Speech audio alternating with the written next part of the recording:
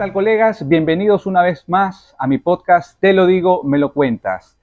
Para este nuevo episodio tengo como invitado a un periodista muy reconocido aquí en Ecuador. Se trata del Sherlock Holmes ecuatoriano, más conocido como Carlos Zacoto Castro. Bienvenido, Carlos, a mi espacio. Héctor, Richard, gracias a ustedes por su tiempo. Ese apodo me lo pusieron en Expreso, me has hecho acuerdo. Sí, ahí se inauguró ese apodo. Carlos es magíster en comunicación estratégica, es licenciado en comunicación social y también periodista muy destacado aquí en el medio ecuatoriano. Carlos, ¿por qué te dicen el Sherlock Holmes? Supongo yo, habría que preguntarle al colega de Expreso que se encargó de la nota, que fue previa a mi matrimonio, que es por las investigaciones que hemos hecho acá en Teleamazonas. Y digo hemos hecho porque detrás de mí hay un equipo de periodistas, de productores que también están siguiendo la línea de los productos que sacamos al aire y personas que están muy interesadas, fuentes inclusive, en que se conozcan hechos de los que se escucha mucho, de lo que se sabe poco y de lo que se muestra aún menos. Y ahí nuestra misión está en ir detrás de la evidencia que permita contar en conjunto esa historia. Supongo que es por esos trabajos que me han bautizado así una única vez. Esta es la segunda. Enhorabuena. Bueno, mira, sigo muy de cerca tu trabajo, Carlos. Te sigo también en las redes sociales. Y como sabrás, la situación aquí en el país está un poquito media preocupante, ¿no? En el sentido de seguridad, en el ámbito político. Y todo este trabajo periodístico, investigativo que has venido realizando, de cierta manera, ¿crees que el periodismo es una profesión de alto riesgo? Ciertamente, nos exponemos a diferentes riesgos. Hoy más que nunca, todos como ciudadanos, indiferente de la profesión que ejerzamos, estamos en riesgo. Al circular por las calles estamos en riesgo. Ahí en los lugares públicos estamos en riesgo. Imagínate tú, nosotros que tenemos el deber de ir un poco más allá, de indagar, de rascar ahí para ver qué se encuentra. Obviamente habrá gente que está inconforme con lo que sale a la luz y es gente que ya no reclama vía mensaje de texto o vía documento de rectificación. Es gente que podría ir más allá y echar mano de otro tipo de estrategias. Nosotros siempre conversamos acá de que hoy más que nunca, por los niveles de inseguridad que se viven, Héctor, se busca la violencia como el mecanismo para resolverlo absolutamente todo.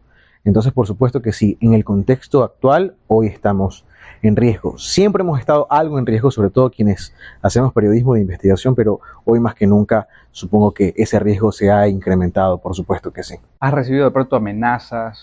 Mira, en pandemia, en este noticiero se hicieron muchas investigaciones respecto de los contratos que se firmaban por centenas en los hospitales a propósito de la emergencia sanitaria. Nosotros hicimos con Dayana Monroy unas investigaciones, nosotros destapamos el caso Salcedo, que hasta antes de este noticiero no se conocía.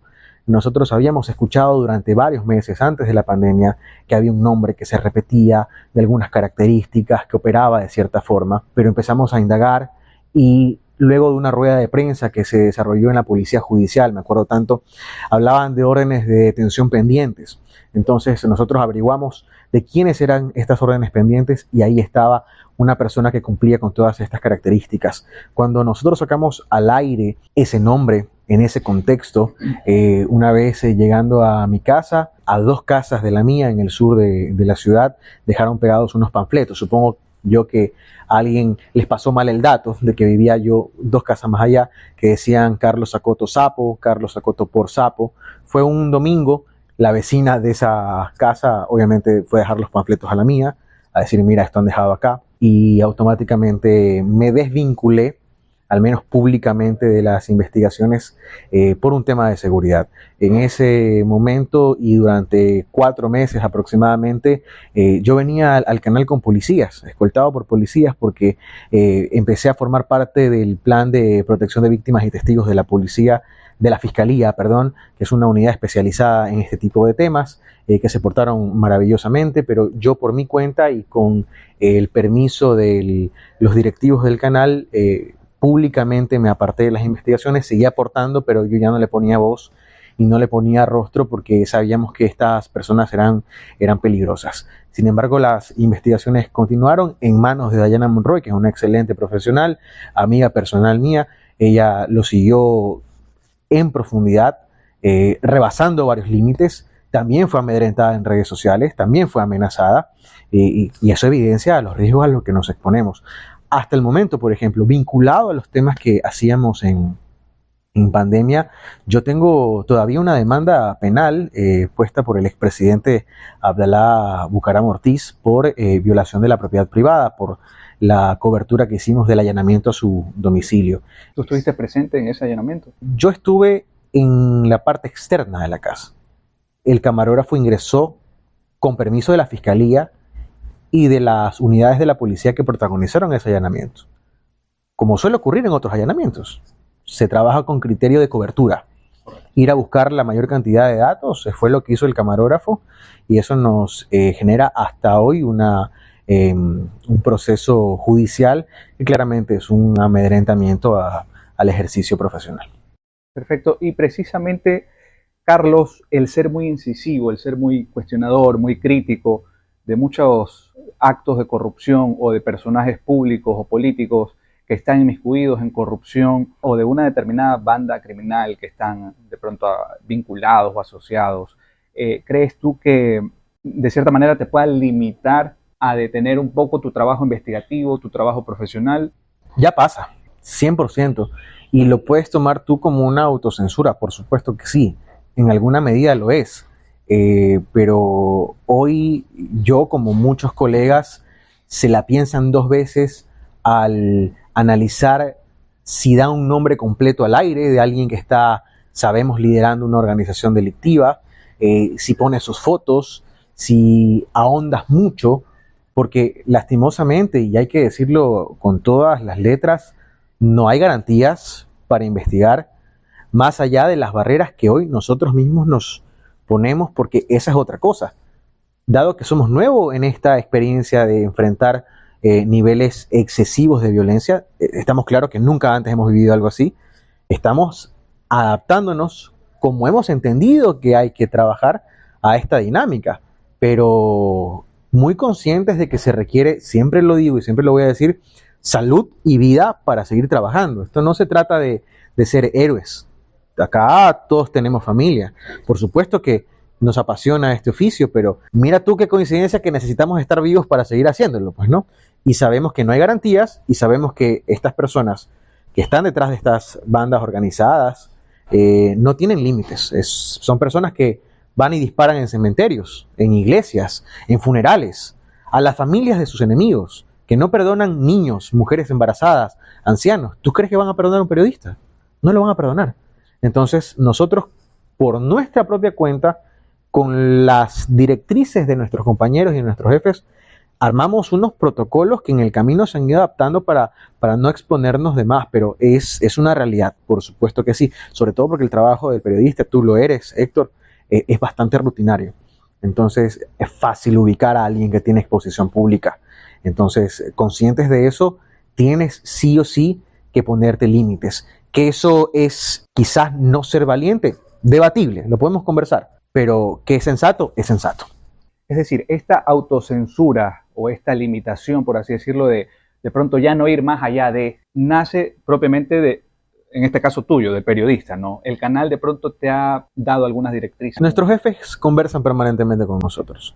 Nuestros jefes nos dan libertad para investigar, pero nos dicen, tengan cuidado, no se expongan de más. Hay temas sobre los que hay que caminar al filo de la navaja y muy conscientes de lo que se dice, sobre todo porque pueden haber repercusiones contra nosotros, contra el canal. Ya han habido. Aquí por la puerta que tú ingresaste colocaron un artefacto explosivo en épocas de pandemia. Acá vinieron a dejar panfletos, dos tipos que se identificaron como parte de la mafia sin ubicarse en ningún grupo delictivo, lo dejaron con uno de los compañeros camarógrafos. Entonces, mira con la impunidad con la que se mueven y se acercan a nosotros como se acercan a cualquier ciudadano. Entonces, esa conversación permanente con los directivos y los compañeros existe, y nosotros orgánicamente en la dinámica diaria del trabajo hemos armado nuestras propias formas de cuidarnos. básicamente eso, y de cuidar a nuestros equipos. Los compañeros y no nos centremos solamente en quienes hacemos periodismo investigativo, revisando documentos y ese tipo de cosas, los compañeros que salen todos los días en microondas en la mañana, en las zonas populares, zonas peligrosas de la ciudad, hoy toman otras precauciones. Paul Tutibén, conocidísimo por cubrir temas de crónica roja, de comunidad, ya no puede salir desde un barrio donde hubo un atentado, hubo un tiroteo. Y no porque él no quiera, porque dicho sea de paso es bastante arriesgado, ¿no? Sino porque la policía mismo te dice, no estés aquí, ¿ya? Y ahora nuestra dinámica de trabajo ha cambiado a tal punto en que reportamos desde una UPC o desde una unidad de vigilancia comunitaria, que es VC, casos que han ocurrido cerca, ¿sabes? Ya no salimos desde la isla Trinitaria, ya no salimos desde la Malvinas, salimos desde el UPC más cercano a esa zona, porque es la única garantía que tenemos de que no va a pasar nada, porque sabemos que estos están dispuestos a hacer todo. Ya han robado equipos periodísticos más de una vez, amenazado más de una vez. Entonces, conscientes de ese escenario, hay que tomar las precauciones del caso para seguir informando, porque la gente tiene que saber lo que está pasando, las autoridades tienen que saber lo que está pasando, para que alguien por lo menos diga algo. Ya no sé si hagan algo, pero que digan algo por lo menos, porque la sensación que hay en las calles de parte de los ciudadanos es que ni siquiera les interesa, porque no se refieren a eso. Entonces, nuestro deber es seguir contando la noticia con detalles, con mucha precaución y tomando las medidas necesarias para cuidarnos a nosotros y a nuestros equipos. Considerando todo lo que tú nos has contado y analizando también este panorama político, panorama de inseguridad que se vive aquí en el Ecuador, en el país, y también de ciertos colegas nuestros, ¿no? Como el caso de Anderson Boscan, que con la esposa tuvo que salir del país, de otros periodistas, el mismo caso de Fernando Villavicencio, que fue lamentablemente asesinado, él siendo candidato presidencial. ¿Cómo ves el futuro periodístico aquí en el Ecuador? ¿Va a llegar un momento en que todo esto va a pasar o crees que esto se vaya a empeorar o se vaya a calmar? Digo, ¿qué quisiera yo? Yo quisiera que nada de esto suceda. Yo quisiera estar un poco más tranquilos como estábamos apenas hace 5 años. Es que esto ha ido muy rápido. Pero más allá de los problemas y la relación con el ejercicio periodístico, acá lo que nos interesa es cómo estamos nosotros como ciudadanos, porque entendemos, somos parte de una sociedad que quiere caminar por mejores senderos y que hoy está en un terreno pantanoso. Así como tenemos nosotros problemas para ejercer nuestra profesión, tienen problemas, por ejemplo, quienes ejercen el control en las calles, el tema de tránsito, tienen problemas los mismos policías, anda a ver tú las UPC, que no tienen chalecos, que no tienen armas de fuego, tienen problemas los comerciantes que les tocan la puerta y les dicen $500 cada viernes, o si no, te disparamos, o si no, te detonamos una bomba. ¿De dónde saca esa familia $500 para pagarle al vacunador? Tienen que cerrar e irse, pues. ¿De dónde pagan las familias? Porque ahora ya hay un impuesto hasta por vivir que lo pone el crimen organizado. Y de todo esto ya nos advertía quienes saben del tema y quienes viven, por ejemplo, en Colombia, que tienen una experiencia cercana, o quienes están en México. Yo quisiera que el país camine hacia días mejores, indudablemente. Yo no creo que haya alguien que esté contra de eso.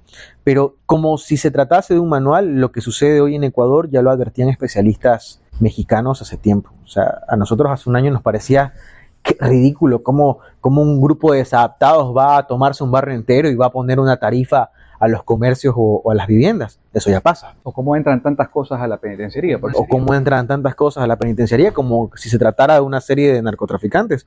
Eso ya lo estamos viendo. Y hoy lo que pasa en México, yo creo que hay que empezar a ver hacia allá, es que el periodismo se limita absolutamente. Ellos ya están claros y han, como tienen mucha experiencia en esto, ya tienen protocolos para el efecto. Por ejemplo, ellos saben que la forma en la que se asesina, por ejemplo, tiene un mensaje detrás. Entonces, si el periodista no le quiere hacer juego a la banda que está detrás de ese asesinato, no ahonda en los detalles. Me invento. Un tipo con una oreja cortada, ¿ya? Esa es la marca de X banda. Entonces, como el periodista sabe que esa es una marca, una seña de esta banda, yo en mi reportaje no lo menciono. Ya hay ese protocolo. En países donde, por México nuevamente, donde el crimen organizado pues está en unos niveles todavía inimaginables para nosotros, hay una cooperación entre diferentes medios de comunicación sobre temas muy puntuales. Ejemplo, nos asociamos con otro canal o con un periódico para llevar un caso, para que la persona salpicada por ese caso no crea que es Héctor o Carlos o Richard el que está detrás de la investigación, sino que es un grupo de periodistas. Es decir, un poco va a sonar feo, pero no los pueden matar a todos. Se trata un poco de borrar el rastro y que esta gente no sienta que es personal, que eso es un tema y clave ahí. Pero yo creo que como ciudadanos, más que como periodistas, tenemos que demandar acciones urgentes porque ningún oficio en este país, en este momento, está garantizado, incluido el periodismo. Si no queremos caminar hacia eso, hoy México es uno de los países más peligrosos para hacer periodismo, tenemos que parar ya. ¿Y cómo se para ya? No normalizando. O sea, no metiendo todos los problemas en un mismo saco y pasando la página rápido, porque hay veces que yo siento que la ciudadanía dice, sí, mataron a alguien, pero fue uno, algo habrá hecho. ¿Sí has escuchado eso? O por ejemplo, ya los taxistas en la ciudad, y parece un chiste de humor negro, ya te dan las referencias con los crímenes que han ocurrido. ¿Te ha pasado eso? Y dices, vamos por allá donde mataron a ese man porque le dieron 4 tiros. Ya empieza a ser algo de la dinámica discursiva de una ciudad y uno dice, alto, nosotros somos los llamados a decirle a la gente, esto no está bien. No es normal, exacto. Hay alguien que tiene que responder y ponerle un alto a esto, porque si no le ponemos un alto a esto y lo normalizamos, lo que va a pasar en el futuro va a ser peor para todas las profesiones. Pero Carlos, ¿esto de qué depende? Depende de pronto de algún proyecto de ley, depende de alguna, no sé, pues nuevas reglas, nuevas leyes. Mira, yo creo que tenemos un exceso de leyes. En algún momento el ex asambleísta, hoy ministro de gobierno, Henry Cucalón, decía algo interesante. Él decía, no se trata de ley, leyes hay demasiadas. ¿Cuántas veces se ha reformado el Código Orgánico Integral Penal? Vivimos de la reformitis, dicen algunos abogados, y tienen razón. Se trata de aplicar la norma. Se trata de aplicar la norma. Estamos rodeados... O sea, hacer respetar la ley que actualmente existe. Sí, y no buscarle... Es que, a ver, el trabajo de algunos abogados es, si yo voy a defender a alguien que sé que es un criminal y sé que se va a ir preso, que se vaya preso por la mínima, no por la máxima, ¿ya? Pero vemos decisiones judiciales todos los días que desalientan a la policía, que envalentonan al delincuente y que tienen a los ciudadanos acorralados contra la pared. Entonces, primero, empezar a sincerarnos, Héctor y Richard y quienes ven esto y quienes nos escuchan. Digamos las cosas como son. La sociedad entera está muy cómoda con el dinero del narcotráfico, ¿ya? Todo el mundo rechaza la figura del narcotráfico cuando hay una muerte de por medio. ¡Ay, por Dios, qué terrible está pasando! Pero el dinero del narcotráfico paga la fiesta, compra los mejores tragos, paga los mejores viajes, financia campañas políticas, financia negocios inmobiliarios. Entonces quitémonos la venda y ya démonos cuenta que el crimen está más infiltrado de lo que pensamos.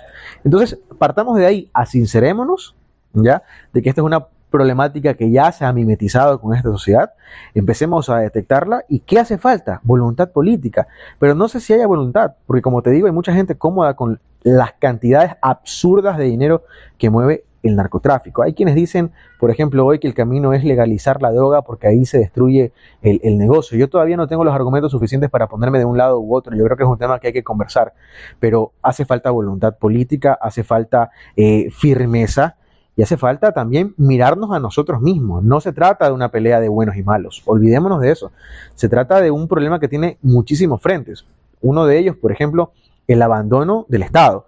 En zonas populares, donde no llega el MIES, donde no llega el Ministerio de Educación, donde no llega nadie con un servicio elemental de salud ni servicios básicos, llega el narcotraficante, llega el estafador, llega Don Nasa, el de Big Money, llegan los choneros, hacen fiestas de Navidad, le dan regalos a los niños, compran su lealtad y se vuelven sus protectores. Por eso tú ves, claro, y la gente se vuelve los protectores de estos delincuentes. Por eso tú ves, cuando la policía intenta ingresar, salen barrios enteros a defender al delincuente, porque ese delincuente les ha dado lo que el Estado no les dio. Entonces, por supuesto que hay cosas que se tienen que hacer con mano dura, con una intervención policial. Yo creo que ya hay algunos grupos organizados que ya los han llamado terroristas, pero no los tratan como terroristas. Tienen que convertirlos en blancos militares, por supuesto que sí. Pero otros temas tienen que resolverse con una profunda intervención social. Ahí donde el Estado no llega, donde las autoridades seccionales no llegan, llega el narcotráfico con una oportunidad de trabajo para papá y mamá, que es mover droga. una oportunidad de vida, de expectativa para un joven que dice yo quiero ser como el que tiene 30 años y anda en moto y toma la cerveza cara y anda alajado. Ahí tiene que llegar el Estado, donde no hay una cancha y no hay un foco prendido, llega el narcotráfico y prende foco y hace canchas, pues. O sea, por supuesto que hay que tener mano dura, por supuesto que sí, pero no podemos creer que esta es una pelea de buenos y malos, ya que a los malos hay que matarlos y meterlos presos y a los buenos hay que ponerlos en un pedestal. Tiene que haber una intervención en diferentes frentes en simultáneo con objetivos específicos. Y yo realmente lamento que nadie hable de las dos cosas en simultáneo. Tú tienes a los que dicen intervención social y no mano dura, y los que dicen bala y cárcel. O sea, hay que buscar puntos medios. A mí me gusta mucho la palabra modular. Hay que modular los discursos, buscar puntos medios y tomar decisiones sensatas, medibles, y dejar de vender humo también, porque este es un tema que no se va a resolver de la noche a la mañana. Esto toma tiempo, pero que es necesario que empiece en algún momento, es necesario que empiece. ¿Ha empezado? Ni de cerca. Estamos dialogando, para quienes nos escuchan fuera del Ecuador, con Carlos Zacoto. Él es periodista de Teleamazonas, un canal televisivo muy reconocido aquí en Ecuador. Ha trabajado en varios medios también reconocidos como UCSG Televisión, Diario El Universo, Ecuavisa, la agencia de noticias Associated Press, y actualmente, como lo dije, trabaja en Teleamazonas. Carlos, ¿has pensado en algún momento de tu vida dejar el periodismo y dedicarte a una actividad un poco más tranquila, más relajada? Yo sí soy de los que he pensado dedicarme a otra cosa, pero ¿sabes qué? Luego me replanteo y digo, esto me gusta mucho, más que el ejercicio periodístico como tal. Yo creo, y por mi familia, que yo soy un ecuatoriano que quiere ver a su Ecuador bien. Ya. Somos a veces masoquistas, ¿no? No sé si somos masoquistas, hermano. A mí no nos gusta, pero seguimos ahí. A mí el poder estar en primera fila presenciando el decurrir de los hechos históricos del país y cómo se escriben las páginas de la historia de este país, a mí me fascina. O sea, eso no he encontrado otra sensación, otro escenario que me produzca esa sensación que acabo de describir. Que es peligroso, sí. Que es arriesgado, sí. Que a veces es ingrato, absolutamente sí. Tenemos, pero de sobra, ejemplos, pero hay algo que tiene esta profesión que nos hace, hay quienes dicen que nos hace vibrar como si fuésemos celulares, pero lo que quiero decir es que saca de nosotros algo efervescente ahí que nos hace sentir vivos, y eso yo no sé si lo voy a encontrar en otra profesión.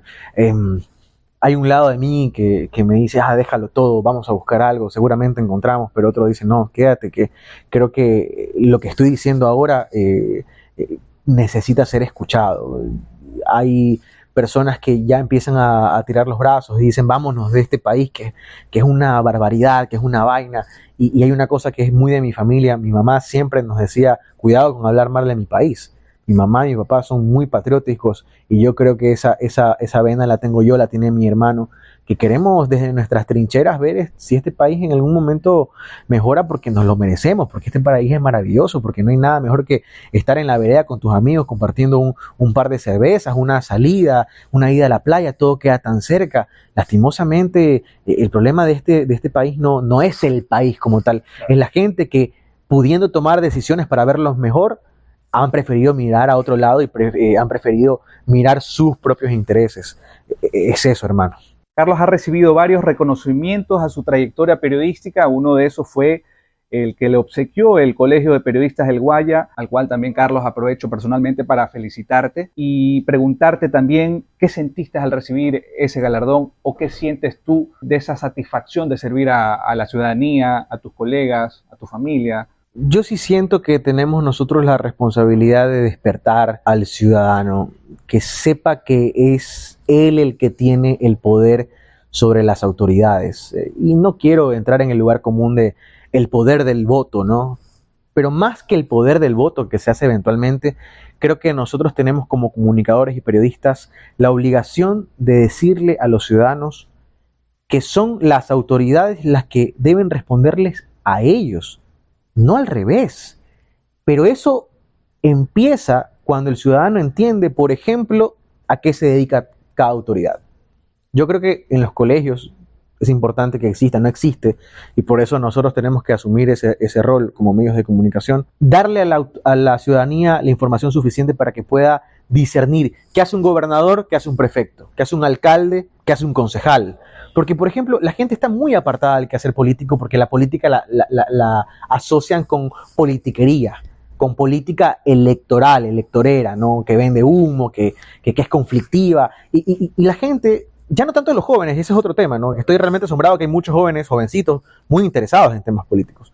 Pero ahí hay una generación que dice, a mí la política no me da de comer. ¿Se ha escuchado eso, no? Sí. ¿Yo para qué voy a votar? Yo voy a votar por el certificado. Porque de aquí a mañana a mí igual voy a tener que ir a trabajar. Eso te dicen en la calle. Pero la gente no sabe que la autoridad que escojan seguramente va a determinar cuánto vale tu trabajo. ¿Qué tanto vas a poder comprar con el dinero que generas por ese trabajo? Y hasta incluso cuántas plazas laborales de ese trabajo van a haber. Entonces, sí es muy importante tener la conciencia de qué hace esa autoridad y qué nosotros debemos demandarle a esa autoridad. A mí me parece todavía muy, muy penoso escuchar en las calles, por ejemplo, es que aquí la acera está dañada, que el presidente no hace eso. No, el presidente no tiene ninguna competencia sobre eso, es el municipio. Entonces yo siento que de alguna forma al status quo, al poder político, le conviene tener una ciudadanía desinformada, ¿sí? Para poder dominarla. Porque en el momento en que la gente sepa que esa vereda tiene que arreglarle el alcalde, van a ir a tocarle la puerta al alcalde, ya no una, no dos personas, muchas personas le van a decir, señor, arréglenos la vereda porque nosotros pagamos impuestos para vivir mejor. Cuando la gente entienda, por ejemplo, que el Consejo de la Judicatura está actuando como está actuando, y eso repercute en la salida rápida, por ejemplo, de delincuentes, van a ir y van a tocarle la puerta al Consejo de la Judicatura, no sé de qué forma, a pedirle que por favor fallen en sentido a la realidad que estamos viviendo. Entonces yo creo que dado que todavía en el sistema educativo no hay ese tipo de información que empodera al ciudadano sobre su deber de exigirle a las autoridades resultados, tenemos nosotros como medios de comunicación y como periodistas que hacerlo. No hay de otra. Carlos, para finalizar, un mensaje a todos nuestros colegas periodistas, comunicadores y también a las futuras generaciones de periodistas que están actualmente cursando en alguna universidad. Amigo, esa es la pregunta siempre de cajón y yo siempre fallo en responderla porque es muy grande y yo no sé si tengo yo las credenciales suficientes para darle un mensaje. Por supuesto que las tienes. Y te agradezco, ¿no? Pero yo diría que las nuevas generaciones de comunicadores tienen que saber que la noticia está en el otro, que nosotros somos un medio, ¿ya? Pero la noticia, la historia está en el otro. Entonces yo digo, ya desactivemos un poco el habla y empecemos a escuchar, empecemos a ver. No quiero ser grosero, pero callémonos un poco. Apaguemos las luces que están hacia nosotros y empecemos a ver hacia allá. En su recorrido al trabajo o a visitar a un familiar, ve alrededor. Pregúntese si podemos realmente estar mejor. No normalicen, no den nada por sentado, duden de todo. Y empiecen a ligar cosas que parecen que no están conectadas. Seguramente en algún punto están conectadas y usted encontrará las explicaciones a muchas preguntas que tienen ustedes, que tienen sus familias. Se trata de pensar transversalmente, le llaman en la academia. Pero para pensar transversalmente hay que empezar nosotros a callarnos un poco, a apagar los reflectores y a virar la cámara hacia allá, donde está la gente. Porque la gente habla y dice cosas. Porque la gente hace y deja de hacer y eso también dice mucho de cómo estamos como sociedad y ahí usted podrá sacar sus propias conclusiones. Entonces, eso, yo creo que ya el periodismo hace rato dejó de ser de los más guapos, de los que tienen la voz más grave, sino de los que pueden transmitir la noticia lo más orgánico posible. Hoy para mí es mucho más valioso documental, armado con la voz de la gente y los sonidos ambientales, y una mínima intervención del periodista, que el periodista que habla como loro desde el minuto 1 hasta el minuto 50. Hoy la voz la tienen los demás. Nosotros somos un medio para poder explicar a través de una narrativa lo que está sucediendo. Pero eso, la noticia está allá. Hay que mirar por fuera del vidrio, hay que pensar por fuera del envase, amigo. Gracias, Carlos, por tu mensaje y gracias también por acompañarnos en este podcast. No, gracias a ti, Héctor, gracias a ti, Richard. Suerte en este podcast, es una propuesta interesantísima y gracias por pararme bola. De esta manera me despido, queridos colegas y amigos, hasta una próxima oportunidad.